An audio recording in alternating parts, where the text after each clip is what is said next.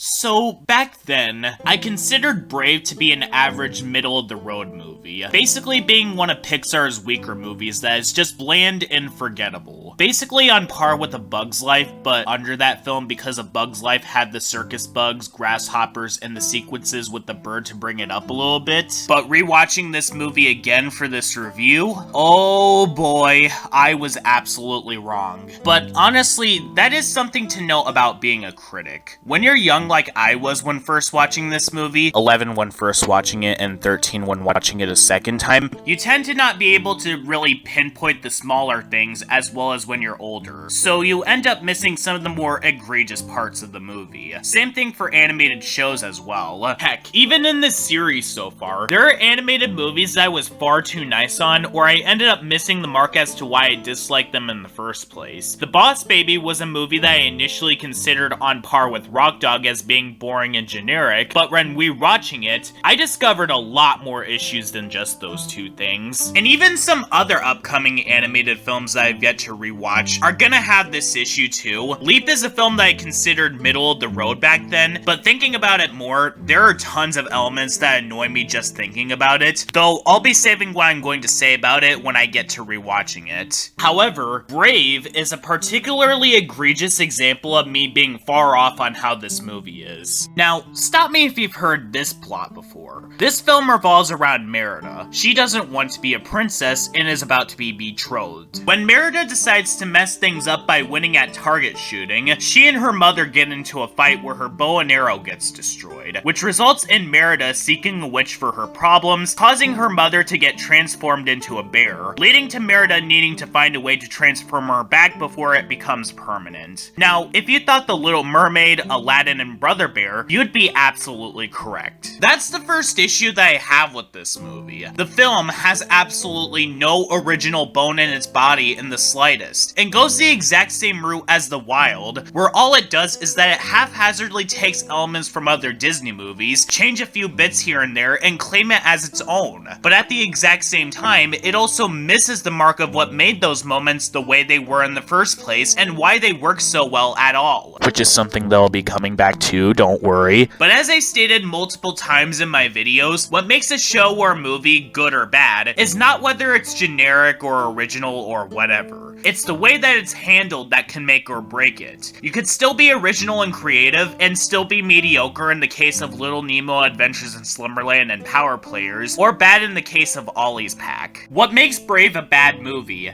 is not the fact that it does things that other movies have used before. What makes Brave a bad movie is that just like Monster Family, to its core, it is absolutely unpleasant, to the point where it makes it absolutely unbearable to watch. And that may not have been an issue if they at least gave the movie some entertainment value to lighten the mood a little bit, but that's not what it does though. I mean, it does attempt to do that, but every single piece of entertainment value and comedy in this movie is not amusing in the slightest. If anything, when combining that with the movie's sour tone, it just makes the experience of watching this movie a lot more obnoxious and painful than it really should be. If there's anything that this movie reminds me of a lot more than the three other films I mentioned, it's actually Toy Story. But not the original film or its sequels. No, this movie reminds me of the Black Friday reel, which was considered by the Disney executives to be downright unwatchable, and also a film that was filled with some of the most dislikable characters. But the difference is that with Toy Story, they went back and made a new version of the film to make the experience much better. You can have moments where characters are a little mean towards each other, but when it's unbalanced, that's when it becomes a problem. I heard that this movie went through production issues, which is why the movie ended up coming out the way it did, which, learning from Little Nemo, Adventures in Slumberland, is an instant sign that tells you how this movie ended up getting its problems in the first place. But the question that I have is that when they were going through the production, did they not realize that this movie was way too irritating and draining to watch? Because they had plenty of time to look over this film before they put this out. And with this movie's nightmarish production comes terrible writing, which is where the comparisons to Little Mermaid, Aladdin, and Brother Bear comes in. The Brother Bear comparison obviously comes in with the fact that Eleanor turns into a bear for most of the movie, but I haven't watched that movie in a long time, so I can't talk about the comparison that this movie has with it yet, but I can say that just like The Wild, this movie completely misunderstands why the Little Mermaid Mermaid in Aladdin worked in the first place on top of taking elements from them. You don't even need to watch those movies to know why the characters do what they do in the first place. For instance, in Aladdin, the Sultan was also forcing Jasmine into marriage, but the difference is that with Aladdin, do you want to know why the Sultan was forcing Jasmine to marry Jafar in the first place? It's because Jafar was the villain who was hypnotizing the Sultan, who would not do these things in the first place, because deep down, he was a caring father who deeply cares about his daughter and wants Jasmine to be happy. Brave has no excuse for this. I'm gonna be very straight with you guys right now. If Buck Cluck was the worst father figure in all of Disney history, Eleanor is the worst mother figure in all of Disney history, in spite of the fact that this is a Pixar movie. And bear in mind, this isn't supposed to be a character like the evil stepmother from Cinderella or Mother Gothel from Tangled, where we're supposed to dislike them because they are the antagonists. Eleanor, on the other hand, is a character that we're supposed to like, but I can't because she is absolutely awful. I could ignore her being absolutely strict by saying, a princess doesn't blink, because that's standard. No, what really makes me hate this character is that against Merida's own wishes, she decides to force Merida into marriage, all while ignoring her own feelings. And when her own daughter decides that she doesn't want to get married, she doesn't care a single bit, portraying it as, oh, you're acting like such a child, over wanting to make your own decisions about being single. Which is where the Little Mermaid comparisons come in. Even though I haven't watched that movie in its entirety yet, I can say that in that movie, what got Ariel and Triton into a fight, which resulted in Triton destroying something that Ariel loves, was that Ariel was going above the ocean against his own wishes, not over the fact that Ariel didn't want to get married. In this film, that's what resulted in Merida storming off crying and going out to seek a witch, because her own mother decided to disregard her own feelings and her own decisions. And even after this little incident, she's still deciding to force her daughter into marriage. While I do despise Merida's actions as well, had Merida not turned Eleanor into a bear, she was still going to force Merida into marriage. So she was not going to care about her daughter's own decisions if not for Merida's own dumb decisions. Right after we saw Merida storming off crying and Eleanor felt sorry for her. And by the way, she doesn't even apologize for what she did before getting turned into a bear, and even while being a bear, she's still constantly nagging at Merida about no weapons on the table, like she did at the beginning of the film. But it's not like Merida is any better, because she is an absolute idiot in this movie. Seriously, I want a spell to change my mom. What did you expect was going to happen, Merida, when you think of the word spell, and when you word it as, I want a spell to change my mom, the witch is going to interpret that as you wanting to change her physically. Couldn't you have worded it like, I want a spell to change my mom's decisions? But no, whatever makes things convenient for the plot is fine enough as well. And don't even get me started with her bringing her mom into the castle which put a target on her head, when all Merida could have done was have Eleanor wait outside while she's in there getting the tapestry so she could get her back to normal.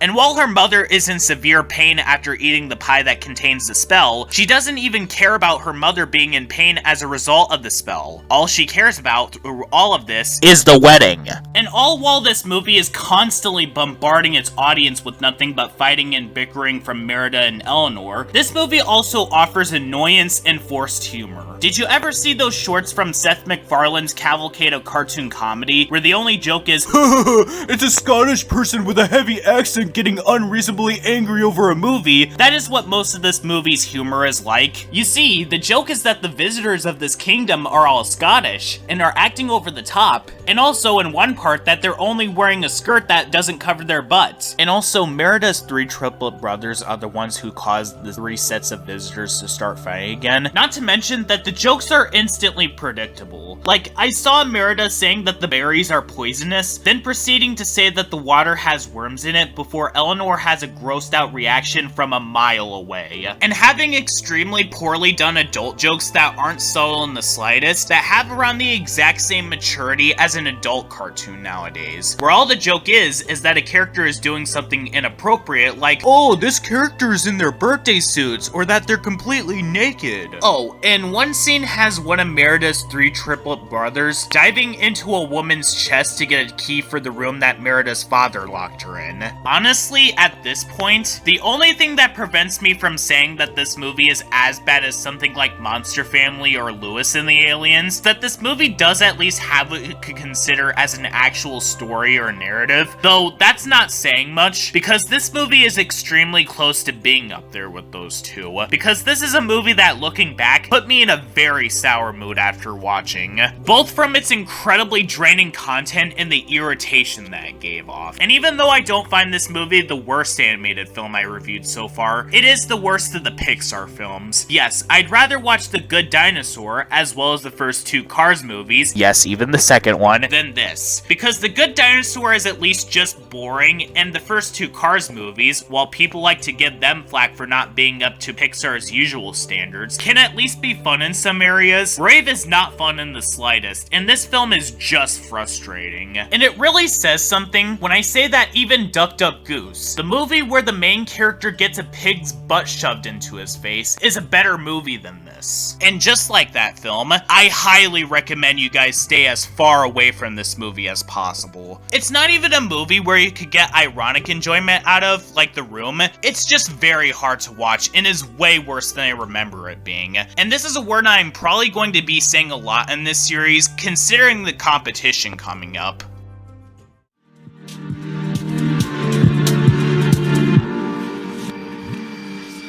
Everything